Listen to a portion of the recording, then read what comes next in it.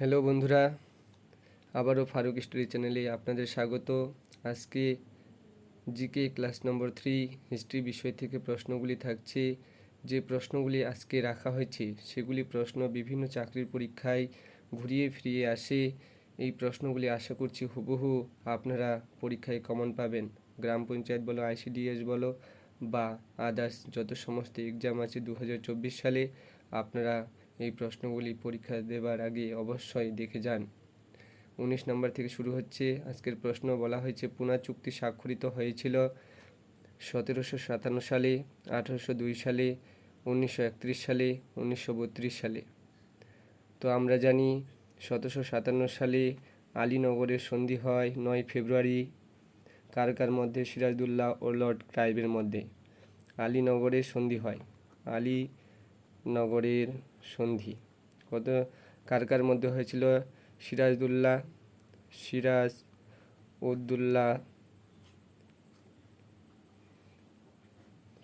সিরাজউদ্দৌলা ও ক্লাইভের মধ্যে, মনে রাখবেন, ক্লাইভ। তাহলে তারপর 1802 সালে কার হয়েছিল? বেসিনের সন্ধি হয় 1802 সালে, যেটা হয়েছিল দ্বিতীয় বাজিরাও এবং ইংরেজদের মধ্যে। 1931 সালে আমরা জানি গান্ধী আইরুইন চুক্তি স্বাক্ষরিত হয় লর্ড আইরুইন ও মহাত্মা গান্ধীর মধ্যে, মনে রাখবেন। 1932 সালে যেটা আমাদের হয় গান্ধী এবং আম্বেদকরের মধ্যে পুনা চুক্তি। তাহলে আমাদের এখানে আলোচ্য উত্তর হচ্ছে 1932 সালে পুনা চুক্তি স্বাক্ষরিত হয়, মহাত্মা গান্ধী ও বি.আর. আম্বেদকরের মধ্যে পুনা চুক্তি স্বাক্ষরিত হয়। তারপর 20 নম্বর প্রশ্নে বলা হয়েছে মনসব শব্দের অর্থ কী?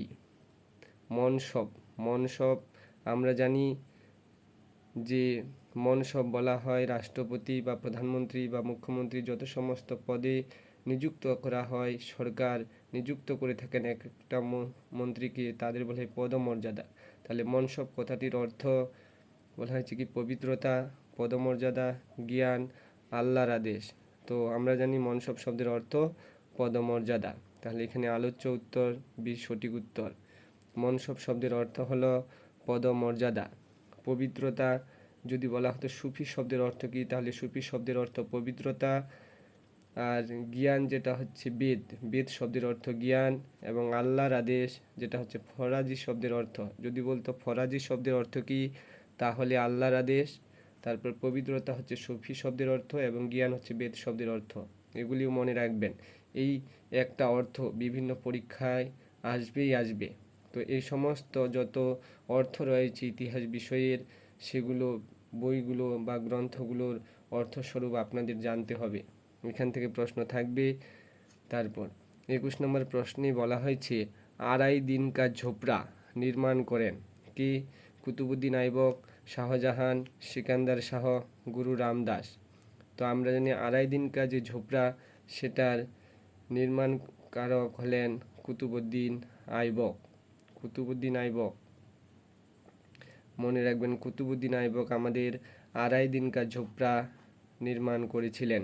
তারপর শাহজাহান যদি বলতো যে তাজমহল কে নির্মাণ করেন, তাহলে অবশ্যই আমাদের তাজমহল বা জামা মসজিদ কে নির্মাণ করেন, তাহলে শাহজাহান।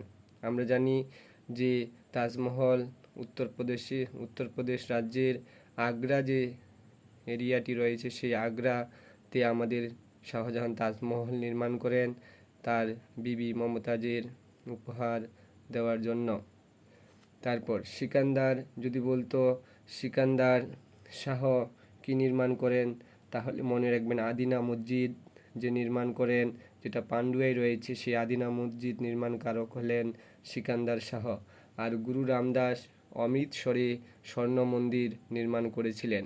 যদি বলে স্বর্ণ মন্দির কোথায় আছে, কে নির্মাণ করেন, তো গুরু রামদাস নির্মাণ করেছিলেন, যেটা অমৃতসরে অবস্থিত। তারপর 22 নম্বর প্রশ্নে আলাউদ্দিন খলজির সেনাপতি ছিলেন, অর্থাৎ আলাউদ্দিন খলজির সেনাপতির নাম কি?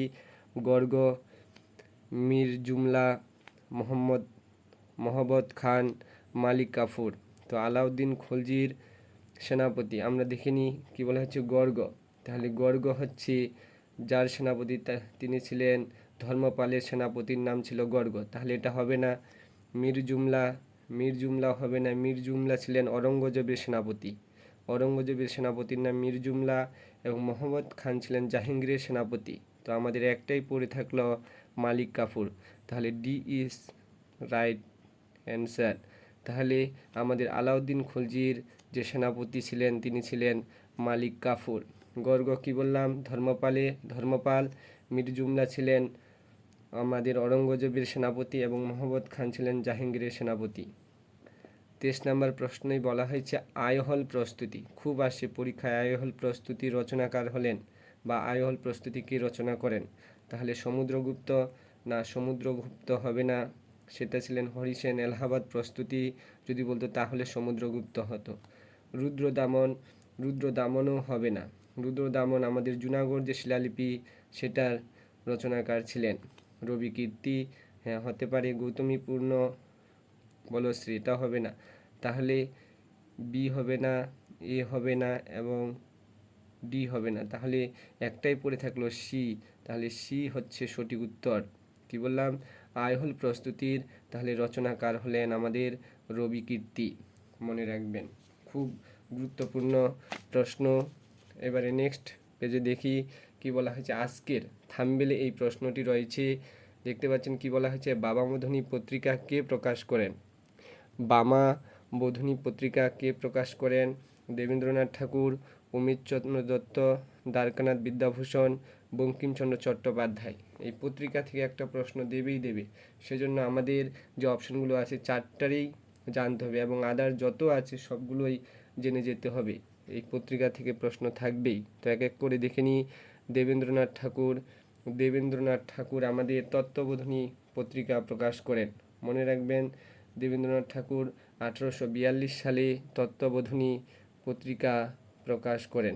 তাহলে এটা হচ্ছে না। অমিতচন্দ্র দত্ত 1863 সালে আমাদের বামাবোধনী পত্রিকা প্রকাশ করেন। মেয়েদের জন্য বামাবোধনী পত্রিকা লেখা হতো। তৎকালীন যে আমাদের মেয়েদের উপর অত্যাচার, অন্যায়, অবিচার হতো সেই অমিতচন্দ্র দত্ত বামাবোধনী পত্রিকায় তুলে ধরতো। এখন আমাদের কি আনন্দবাজার পত্রিকা, দ্য স্টেটম্যান, উত্তরবঙ্গ পত্রিকা, দ্য টেলিগ্রাফ, বিভিন্ন পত্রিকা বের হচ্ছে, কিন্তু আগেকার দিনে এই বামাবোধনী পত্রিকা শুধু মেয়েদের যে লাঞ্ছনা বঞ্চনা হতে হতো তিনি এই বামাবোধনী পত্রিকায় তুলে ধরতেন। দ্বারকানাথ বিদ্যাভূষণ তিনি সম্প্রকাশ পত্রিকা প্রকাশ করেন। সম্প্রকাশ পত্রিকা প্রকাশ করেন 1800, মনে রাখবেন 1858 সালে। 1858 সালে 12 এপ্রিল।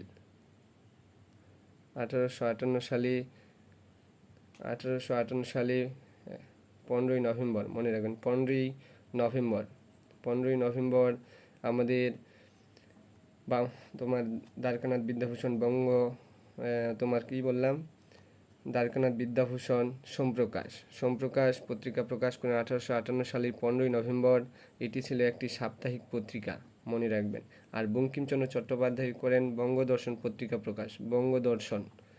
বঙ্গদর্শন পত্রিকা প্রকাশ করেন 1872 সালে 12 এপ্রিল, মনে রাখবেন এটা এপ্রিল, 12 এপ্রিল।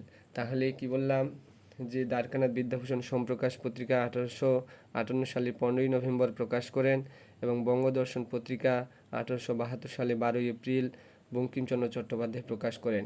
আর উমেশচন্দ্র 1863 সালে এটা ছিল একটি মাসিক পত্রিকা। এগুলো মনে রাখবেন, কোনটা কোন পত্রিকা এগুলোও মনে রাখতে হবে, কারণ পত্রিকা দিয়ে দিল যে বামাবোধনী পত্রিকা ছিল একটি মাসিক পত্রিকা, পক্ষপাতিক পত্রিকা, সাপ্তাহিক পত্রিকা, না কোনোটি নয়। তাহলে এক্ষেত্রে আমাদের মনে রাখতে হবে কে কবে কোন পত্রিকা প্রকাশ করেন, কোন পত্রিকা মাসিক পত্রিকা না সাপ্তাহিক পত্রিকা না পক্ষপাতিক পত্রিকা, এই সমস্ত বিষয়গুলো আপনাদের মনে রাখতে হবে। তো আমাদের বামাবোধনী পত্রিকার সঠিক উত্তর এখানে অমিতচন্দ্র দত্ত, মনে রাখবেন। ভেরি ভেরি ইম্পর্টেন্ট প্রশ্ন, সেজন্য থাম্বনেলে এই প্রশ্নটি যুক্ত করা হয়েছে। 25 নম্বর প্রশ্নে বলা হয়েছে কুষাণ বংশের রাজধানী ছিল পুরুষপুর, কর্ণসুবর্ণ, পৈঠান, পাটলিপুত্র। কুষাণ বংশের রাজধানীর নাম হলো পুরুষপুর। তাহলে ইজ দ্য রাইট অ্যান্সার। এখানে সঠিক উত্তর হচ্ছে পুরুষপুর। কর্ণ সুবর্ণ কার রাজধানী ছিল? শশাঙ্কের রাজধানী ছিল কর্ণ সুবর্ণ। যদি বলতো শশাঙ্কের রাজধানী কোথায়, তাহলে কর্ণ সুবর্ণ। আর পৈঠান ছিল সাতবাহন বংশের রাজধানী। তাহলে যদি বলতো যে সাতবাহন বংশের রাজধানী কোথায়, সাতবাহন বললে পৈঠান হতো, এবং পাটলিপুত্র হলো মৌর্য বংশের রাজধানী। কি বললাম? কর্ণ সুবর্ণ হলো আমাদের শশাঙ্কের রাজধানী, পৈঠান হলো সাতবাহন বংশের রাজধানী, এবং পাটলিপুত্র হলো মৌর্য বংশের রাজধানী, আর কুষাণ বংশের রাজধানী হলো আমাদের পুরুষপুর। 26 নম্বর প্রশ্নে বলা হয়েছে মেঘাস্তিনীস রচিত গ্রন্থের নাম কি? মেঘাস্তিনী যে ব্যক্তি ছিলেন তার একটি বই ছিল, সেই বইটির নাম কি? ইন্ডিকা, 70 বছর, দ্য সি অ্যারাউন্ড আস, না চড়ক? তো মনে রাখবেন মেঘাস্তিনীর রচিত বইটির নাম হলো ইন্ডিকা। তাহলে এখানকার আলোচ্য উত্তর হচ্ছে আমাদের ইন্ডিকা। ইন্ডিকা বইটি মেঘাস্তিনীস লিখেছিলেন। আর 70 বছর যে বইটি ছিল সেটা ছিল 70 বছর আত্মজীবনী একটি। সেই আত্মজীবনী ছিল বিপিনচন্দ্র পালের। বিপিনচন্দ্র পাল, মনে রাখবেন বিপিনচন্দ্র পালের যে আত্মজীবনী সেটা হচ্ছে আমাদের 70 বছর। Are the sea around us এই বইটির লেখক হলেন তোমার মিচেল কারসন। মিচেল কারসনের লেখা একটি বই হলো দ্য সি অ্যারাউন্ড আস। আর চড়ক একজন ব্যক্তির নাম, তিনি ছিলেন আয়ুর্বেদিক যে ওষুধ তার জনক, অর্থাৎ আয়ুর্বেদিক যে ওষুধের জনক তিনি হলেন চড়ক। চড়ক একজন ব্যক্তির নাম, কোনো বইয়ের নাম নয়। তাহলে চড়ক কে ছিলেন? চড়ক একজন আয়ুর্বেদিক প্রতিষ্ঠাতা বা আয়ুর্বেদিক ওষুধের জনক। তারপর 27, কোনো মানুষেরই ধর্ম ও জাত জানতে চেয়েও না। এই উক্তিটি করেছেন, খুব ভালো কথা, খুব ভালো বাণী একটি, যে কোনো মানুষেরই ধর্ম ও জাত জানতে চেয়েও না। তাহলে কি বোঝাচ্ছে? যে একজন মানুষ, আমরা বিভিন্ন জাতি হিসাবে মানুষকে কখনো খারাপ চোখে দেখি, এই বার্তাটা দিতে বলে নাই, বা মানুষকে ঘৃণা করতে বলে নাই। মানুষ এক ও সমান, অর্থাৎ মানুষের রক্ত এক, অর্থাৎ সব মানুষ সমান। এক্ষেত্রেই তিনি বোঝাতে চেয়েছেন। সেই ব্যক্তিটার নাম কি? জগদীশচন্দ্র বসু, রামানন্দ, বিবেকানন্দ, বিদ্যাসাগর। কি বলা হয়েছে? কোনো মানুষেরই ধর্ম ও জাত জানতে চেয়েও না, অর্থাৎ একজন মানুষের, অচেনা মানুষের দেখা হলো, তাকে কখনো তোমার ধর্ম কি, তোমার জাত কি, অর্থাৎ জাতিগত যে রিলিজিয়ান, সেটা কখনো মানুষকে বলতে নেই। এ কথাটি আমাদের দিয়েছেন রামানন্দ। একটি খুব সুন্দর বাণী সমাজের সামনে তুলে ধরেছিলেন, সেই বাণীটা হচ্ছে রামানন্দের। আর জগদীশচন্দ্র বসু, মনে রাখবেন যে জগদীশচন্দ্র বসু খুব গুরুত্বপূর্ণ। উদ্ভিদ যে জগৎ রয়েছে সেক্ষেত্রে তিনি চলন গমনের ক্ষেত্রে আলোচনা করেছেন, বায়োলজি ক্ষেত্রে আমরা জানি, এবং বিভিন্ন বাণী দিয়েছেন। বিবেকানন্দ জীবে প্রেম করে যেই জন সেজনে সেবিছে ঈশ্বর, তিনি এই বাণী দিয়েছেন। এবং বিদ্যাসাগর দয়ার সাগর আমরা জানি, এগুলো ক্ষেত্রেও বিদ্যাসাগরের বিভিন্ন বই, বিবেকানন্দের বিভিন্ন বই এবং তাদের বাণীগুলো অবশ্যই আপনাদের মনে রাখতে হবে। বাণী হিসাবেও প্রশ্ন এসে থাকে। 28 নম্বর প্রশ্ন, কুনিক উপাধি ছিল। কুনিক যে উপাধি সেটি কার? বিম্বিসারের, অজাতশত্রুর, এবি উভয়, মানে বিম্বিসার এবং অজাতশত্রু দুজনের কি কুনিক উপাধি ছিল? ডি নম্বরে বলা হয়েছে কোনোটিই নয়। তাহলে কুনিক উপাধি ছিল অজাতশত্রুর, মনে রাখবেন। কুনিক যে উপাধি ছিল সেই উপাধিটি ছিল অজাতশত্রুর। তাহলে বিম্বিসারের নয়, শ্রেণিক। বিম্বিসারের ছিল শ্রেণিক উপাধি। যদি মনে আসতো যে বিম্বিসারের উপাধির নাম কি, তাহলে হতো শ্রেণিক। শ্রেণিক ছিল বিম্বিসারের উপাধি। তারপর 29 নম্বর প্রশ্নে, কে দরবেশী রাজা নামে পরিচিত? কুতুবউদ্দিন আইবক, গিয়াসউদ্দিন বলবন, নাসিরউদ্দিন মাহমুদ, মোহাম্মদ ঘুরি। তো যাক, আজকে এই 29 নম্বর প্রশ্নটি খুব গুরুত্বপূর্ণ এবং ইম্পর্টেন্ট প্রশ্ন। এটি আপনাদের জন্য হোম টাস্ক থাকলো।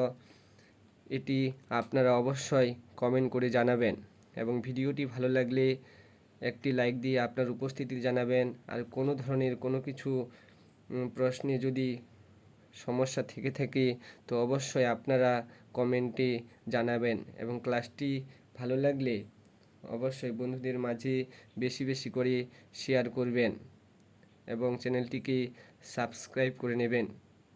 Thank you so much, by.